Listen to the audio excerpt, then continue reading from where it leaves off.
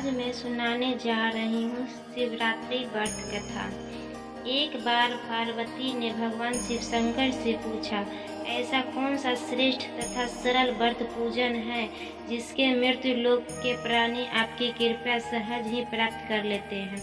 उत्तर में शिवजी ने पार्वती को शिवरात्रि के व्रत का विधान बताया। यह कथा सुनाई। यह एक गांव में एक शिकारी रहता था। पशुओं की हत्या करके वह अपने कुटुंब को पालता था। वह एक साहूकार का ऋणी था, लेकिन उसका ऋण समय पर न चुका सका। क्रोधवश साहूकार ने शिकारी को शिव मठ में बंदी बना लिया। संयोग से उस दिन शिवरात्रि था। शिवरात्रि महात्म होकर शिव संबंधित धार्मिक बातें सुनाता रहा। चतुर्दशी को उसने शिवरात्रि की कथा भी सुनी। संध्या होते साहूकार ने उसने अपने पास बुलाया और ऋण चुकाने के विशेष के बात की। शिकारी अगले दिन सारा ऋण लौटा देने का वचन देकर बंधक से छूट हो गया। अपनी दिनचर्या भरते वह जंगल में शिकार के लिए निकला, लेकिन दिन भर बंदीगृह में अपने कारण भूख प्यास से व्याकुल था। शिकार अपने एक तालाब किनारे बेल वृक्ष पर पड़ाव बनाने लगा। बेल वृक्ष के नीचे शिवलिंग था, जो बिलपत्रों से ढका हुआ था। शिकारी को उसका पता न चला। पड़ाव बनते समय उसने जो टहनियाँ तोड़ी वे संयोग से शिवलिंग पर गिरी। इस प्रकार दिन भर भूखे प्यासे शिकारी व्यर्थ भी हो गया और शिवलिंग पर बेलपत्र चढ़ गए। एक पहर रात्रि बीत जाने पर एक निर्धनी गृह तालाब में पर पानी पीने पहुंची।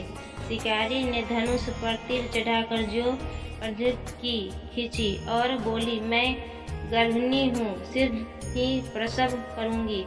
तुम एक साथ जो जीवों की हत्या करोगे, जो ठीक नहीं। मैं अपने बच्चों को जन्म देकर शीघ्र ही तुम्हारे सामने प्रस्तुत हो जाऊंगी, तब तुम मुझे मार लेना। शिकारी ने प्रचंड ढीली पर कर दी।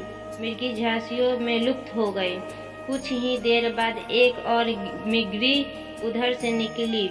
शिकारी के प्रसन्नता का ठिकाना न चला। सपनीन आने पर उसने धनुष बाण चलाया। तब उसने मृगिनी ने वर्तमान पूर्वक निवेदन किया, हे पार्थी, मैं थोड़ी देर पहले ही ऋतु से निवेदन हुई हूँ। माता कारण अपने पति से मिलकर शीघ्र ही तुम्हारे पास आ जाऊंगी। शिकारी ने उसे भी जाने दिया। 2 बार शिकार को खोकर उसका माथा ठकना पर वह चिंता पड़ गया। रात्रि के आखिरी पहर बीत रहा था। तभी एक अन्य मृगी अपने बच्चों के साथ उधर से निकली।